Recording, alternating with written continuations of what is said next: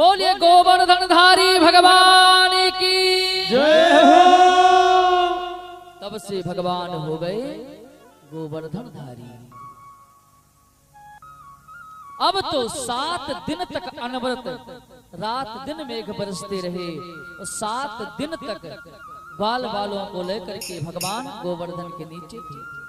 2 दिन बीता, बाल वालों ने कहा कन्हैया तू थक गया होगा, अब कम से कम हम लोग लठ का सहारा दिए हैं, अब तू अपने हाथ को नीचे कर ले। भगवान ने कहा ठीक है, जैसे मैं हूं वैसा ठीक है।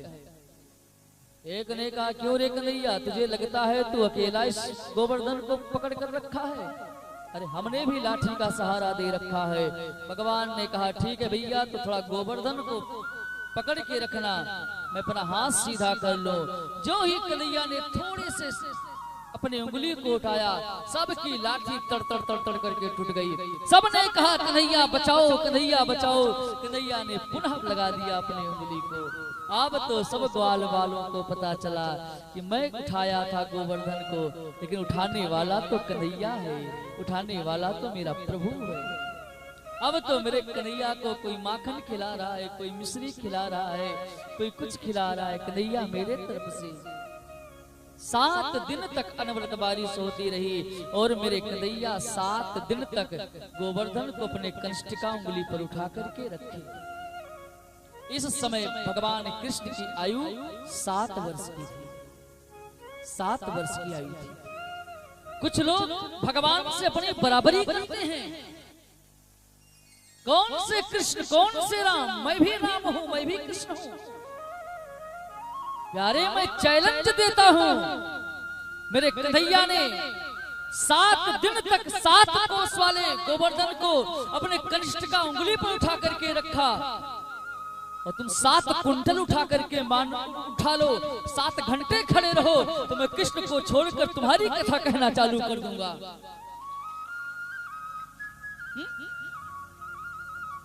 कृष्ण से तुलना करोगे, भगवान से तुलना करोगे? आजकल के लोग न जाने क्या क्या गाली देते हैं, क्या क्या कहते हैं।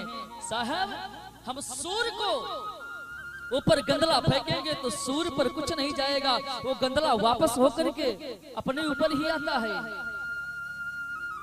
हम भगवान की स्तुति करेंगे तो उसकी गरिमा बढ़ेगी नहीं, और भगवान की निंदा करेंगे तो उसकी गरिमा कम नहीं होगी। भगवान भगवान है, हमारे आप के मानने से भगवान की सत्ता और बढ़ नहीं जाएगी, ना मानने से कम भी नहीं हो जाएगी। इसलिए मैं निवेदन करूं, भगवान बनने की कोशिश मत करो, भगवान के भक्त बनने की कोशिश करो, भगवान के दास बनने की कोशिश करो। जो जो भगवान बनना चाहा उसका पूरा वंश विनष्ट हो गया। रावण कौरव देखी, रावण कौरव कंस ये सब भगवान से बढ़कर अपने आप को बताने लगे थे। तो रहा न को कुल रोम निहारा, कोई नहीं बचा। प्यारे किस चीज का अहंकार? हम आप नहीं थे तब भी वो परमात्मा था, उसकी सत्ता थी। हम आप हैं तब भी उसकी सत्ता है। हम और आप नहीं रहेंगे तब भी उसकी सत्ता रहेगी और वो हमेशा रहेगा।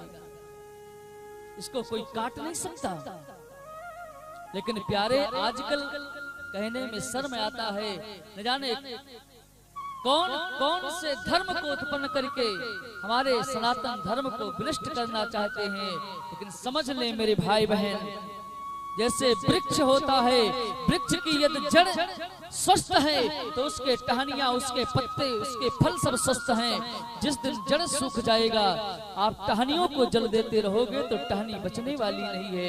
हमारा सनातन धर्म ये जड़ है समस्त धर्मों का, पिता है, बाप है, अग्रज है। जिस दिन हमारा सनातन धर्म विनाश हो जाएगा उस दिन कोई धर्म काम नहीं आएगा। इसलिए हमारा आपका दायित्व है कि अपने धर्म की रक्षा किया जाए। धर्मो रक्षति रक्षता, हम धर्म की रक्षा करेंगे तो धर्म हमारी रक्षा करेगा। मेरे कन्हैया ने 7 दिन तक उठा करके रखा। इंद्र ने सोचा चल करके देखा जाए, अब तो पूरा वृंदावन जलमग्न हो गया होगा। आकर के देखा तो गोवर्धन को उठा करके रखे हैं।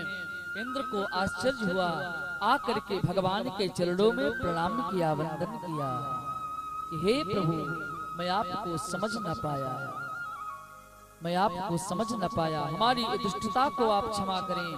भगवान ने कहा, देखो तुमने हमारा अपराध नहीं किया, बल्कि हमारे आश्रित बाल बालों का, मेरे भक्तों का अपराध किया है, इसलिए तुम्हें क्षमा जब ही मिल सकती है कि जो ये अपार जल है, कीचड़ है, इस सब को खत्म करो।